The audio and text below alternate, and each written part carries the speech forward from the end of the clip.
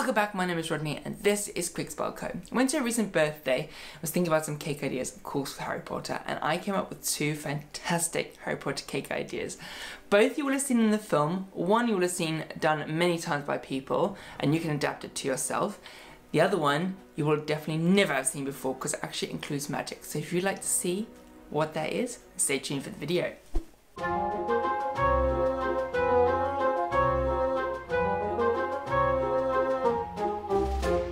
This is the cake that everyone knows about, and it is obviously the Hagrid cake.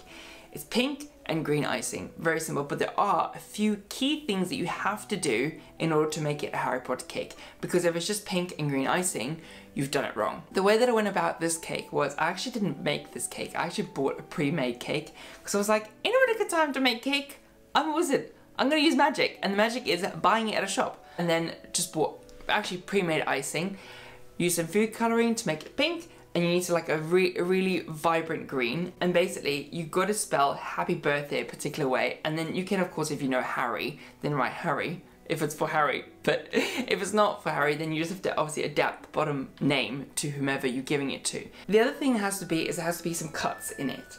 So in order to get this cake right, because I knew that if I was going to do it just straight onto the cake, I would mess it up and it would be totally ruined. So I thought I had to have some practice, so I thought I'd make a little sketch and sort of sketch it out. So I've actually made this template and I've included it as a download in the description bar. So if you want to get this, just click on that link and then you can get this as well.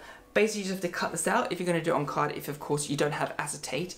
You can do this on card, cut them out and then just hold it over the cake, and then just basically using a cocktail stick, etch out where the letter should be.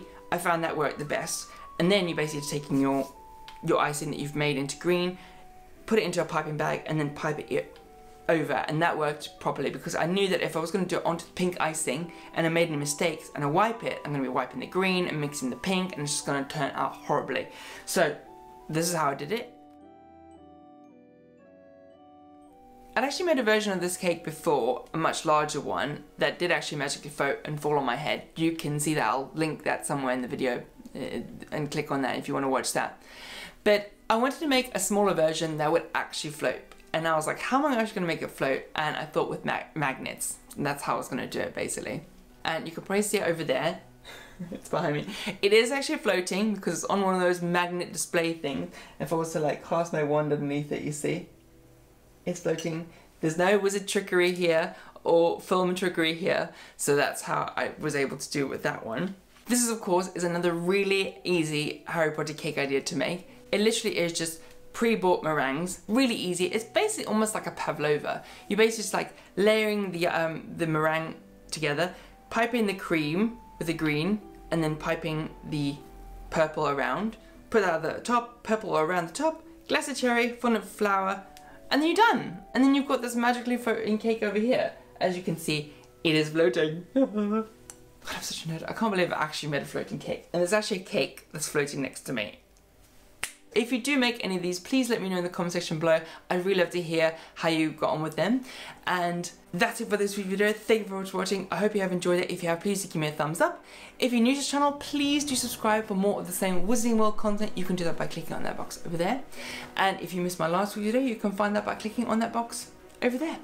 And as some of you may know by now, the Wizarding World is just one spell away.